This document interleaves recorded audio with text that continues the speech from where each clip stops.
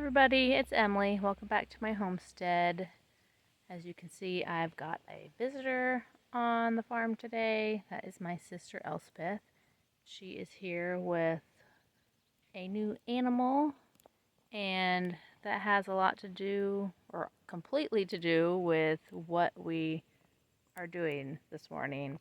We are experimenting with boiling water over the fire in the trash can that you saw because we have a big old turkey that we're going to process this week. That is why Elspeth came up here with us after our Indiana trip. She came back up with us and we're trying to get this fire started. It rained all afternoon and last night, so things are pretty wet. So we had a little bit of trouble getting the fire going to start with. But I think we got it. And we're going to put a grate over those cinder blocks and then put this trash can with water in it. I've got another bucket of water over there that we're going to add to it, and we're going to see if we can get it to the proper temperature to scald a turkey. The fire has burned down a bit, and it's to the point where we think we're going to start trying to heat the water up. This is what it's looking like. There's still a little bit of flame, but mostly coals now. And let's give this a go.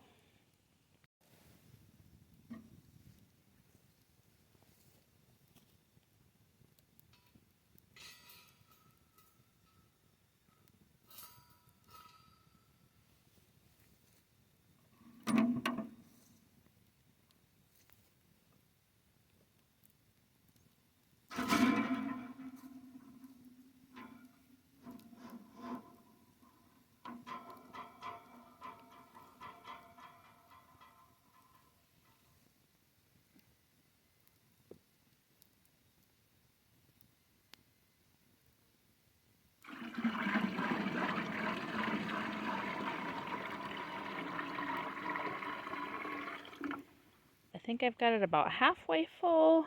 It's a big turkey, so it's going to displace the water quite a bit. And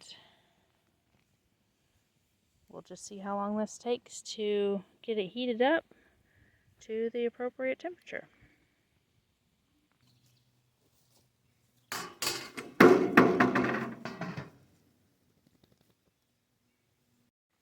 It's been about an hour since we started trying to light the fire, and well, it's somewhere around 95 degrees. It keeps going up and down, but I think the probe is also touching the edge of the pot when it's like this, so it might not be completely accurate.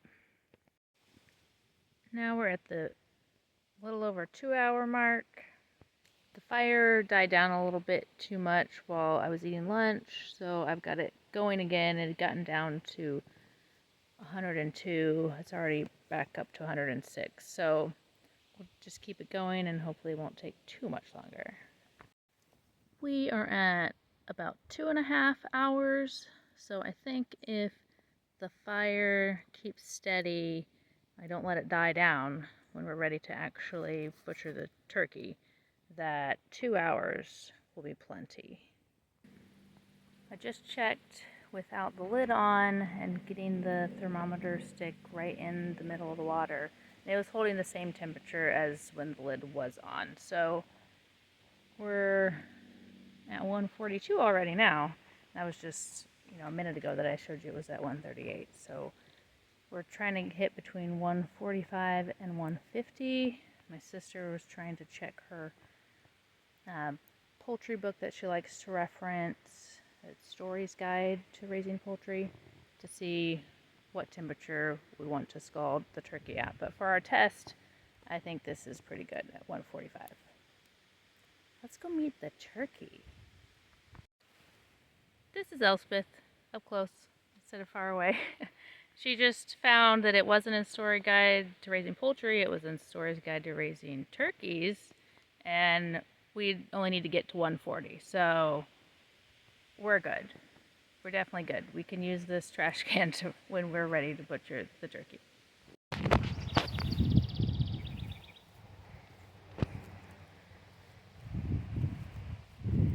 Here's the turkey.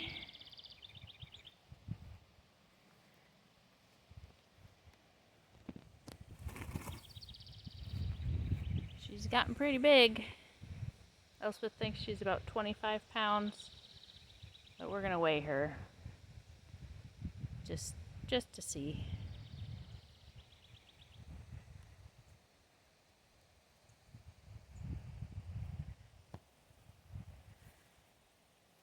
She's encouraged my chickens to go outside more and use that little shelter over there for shade. So that's nice.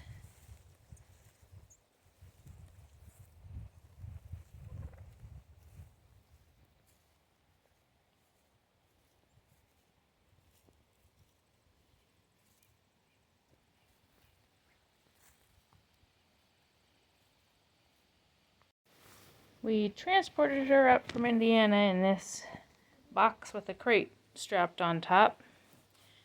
And yes, that is a dog harness. So she was wearing the harness and had a leash and everything. And I'll insert a picture of my youngest one walking the turkey around at my in-laws' house with the leash. It was pretty comical. So why does my sister only have one turkey, you may be wondering? Well, her duck died and the neighbor found out and they felt bad for her, so they went to Rural King or Tractor Supply, something like that, I'm not sure, and bought her a couple of turkeys as a gift, a surprise gift. And one of the turkeys ended up not making it to full size. Her legs just weren't working properly, and so we dispatched her and dressed her up quite a while back. And she was about the size that my chickens are, so she was pretty small for a turkey. And Pilgrim here, my sister thought that she was a boy for the longest time until just recently, and then she started questioning it. Pilgrim had always been bigger than the other turkey. Then 2 or 3 days before she came up here with us, Pilgrim started laying eggs, so definitely a female. And she has laid 2 eggs since she got here also. You may also be wondering why Pilgrim is up here to be processed instead of just doing it at my sister's house. That's because they do not have the refrigerator or freezer space to put this turkey. And my sister didn't want Pilgrim to continue growing and then end up not fitting in the freezer or having trouble, with her legs or something like that. So she's up here. I've got a whole extra refrigerator that is currently not powered on, but we're going to plug that in and get it cooling off so that we can put her in that refrigerator after we process her. And then I've got room in my freezer. So that is where Pilgrim's going until Thanksgiving.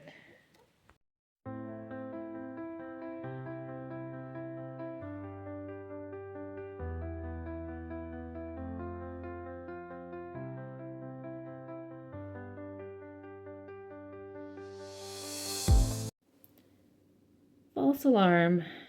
Turns out the chickens and turkey did not get closed up in their coop last night.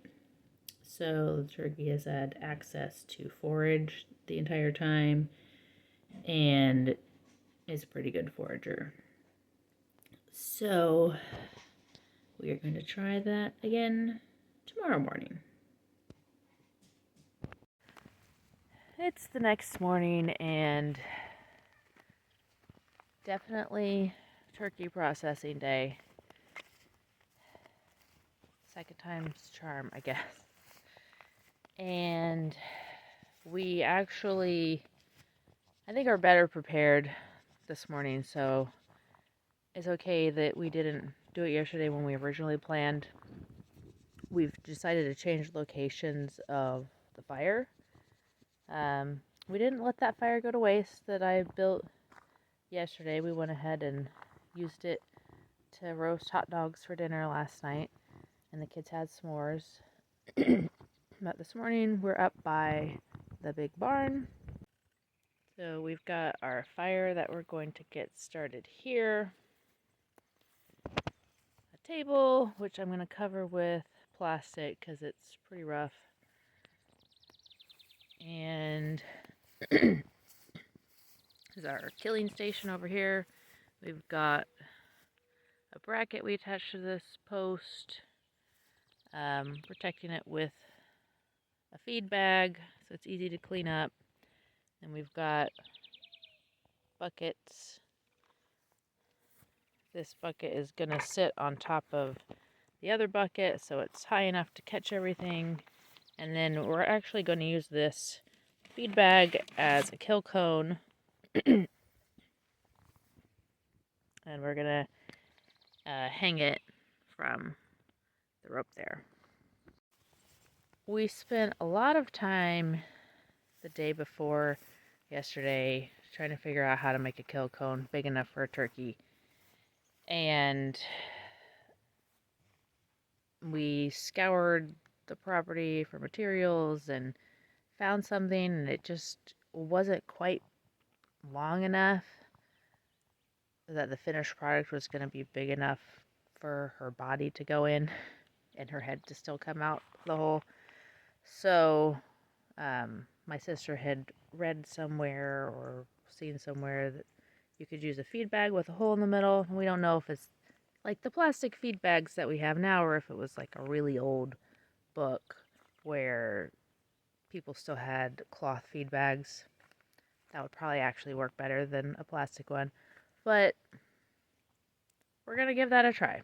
That's what we're going to use. I'm going to get the fire started and the table set up and get all of our tools out here that we need. And hopefully we're going to get this done in time for my family and I to go do something fun that we had planned already today at 11 o'clock. It's almost 8 right now. So that gives us 3 hours to be completely finished. And I think we could do that.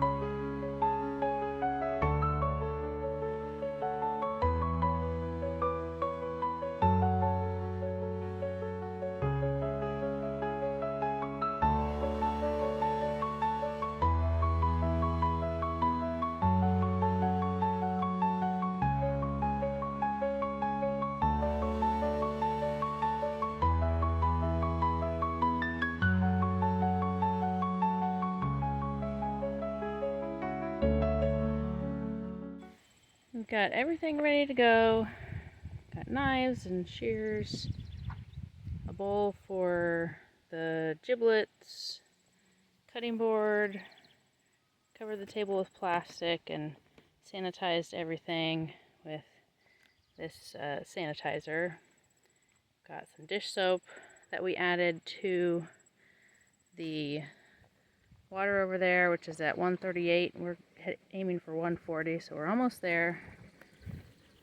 Got a bucket down here with a trash bag for the entrails.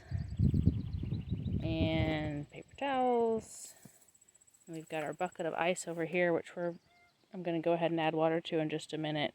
And this is our bucket to catch the blood. I'm going to add water to that too. And then put it up on that other bucket over there. And we're about ready to go. We're not going to show any of the dispatching and butchering process. We'll just show you when we're all done. Almost forgot. We washed this nozzle. We're going to use that to, wash out the bird when we're done processing it. And we got some bungee cords to help us with tying the bird up there. Hey everybody, it is the next day and we did not finish in time for us to go do that fun thing, but I abandoned my little sister and went and did it anyway with the family. She didn't want to go. We were about probably 2/3 done plucking the turkey when I had to leave, and Elspeth went ahead and finished plucking and eviscerating and got it in the cooler. And when I got back, I did all the cleanup. And then later that evening, we got it shrink wrapped. And the final product, the turkey started out weighing 22.3 pounds. And after processing, it's 18 pounds, 12.7 ounces. That's with the giblets in a bag inside the cavity. It's a pretty hefty bird. It didn't shrink wrap in the bag as well as we would have liked it to, but we are going to eat it this Thanksgiving. This was our first time processing a bird this big. We've processed a couple Muscovy ducks, which are pretty hefty, but the turkey was much heavier. I would say hand plucking a turkey is easier than hand plucking a duck, but harder than a chicken. We've done all three. So it wasn't too bad. Of course, if we were doing multiple, a plucker would be nice if there is such a plucker that can handle a big bird like that. So if I ever buy a plucker, my goal will be to find one that can handle a turkey. That would be ideal, because we would like to raise turkeys in the future. My kids really enjoyed having the turkey here for a few days. It was very friendly and, very gentle if it would take treats out of your hand. So, they're kind of neat birds to have around. A particular thing about the processing was our choice of kill cone. I said we were going to use a feed bag with the hole cut in the corner, and that worked really well. I mean, it worked remarkably well. I highly recommend that over purchasing an expensive cone, because it was easy. We just threw it away. We just have so many feed bags around, so it was a free, recyclable kind of thing. The one note I would say is definitely put a bungee cord around the wings, or have somebody that can just hug the bird to keep it still for the first minute or two. I think that we will definitely use a feed bag in the future for turkeys. I mean, it was just so easy and so cheap and so readily available. And I think anybody who has a homestead, I mean, you're buying feed for these animals anyway. You've got bags somewhere, either if you haven't thrown them out yet or you just are stockpiling them for some reason. Even if you just buy a new bag and dump that in a storage container to use. It's just a readily available, easy way. We tied the feet and hooked the feet up to that hook that we had, and then tied the bag around the feet after that, and then put the bungee cord around the wings from the outside. I think maybe next time we might do the bungee cord first and then put the bag on, just because we couldn't see the positioning and we missed one of the wings, so I just had to, hug the thing during its death throes. But I was upwind, so it didn't really get me. Yeah, so we processed a turkey. That's done. We will keep the bird in the refrigerator for 3 to 5 days, and then it will go into the freezer, and then I will have to get it back to my sister in time to cook for Thanksgiving dinner. And we will see how that goes. Maybe they'll have to come up here and eat it. But we'll see when we get closer to November which way it's going to go. But my sister is already on her way back to Indiana. My husband came up this weekend and he is taking her back with him today.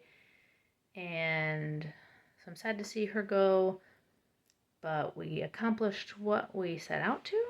And I can't wait to see my family next time. And I can't wait to see you in the next video. Bye.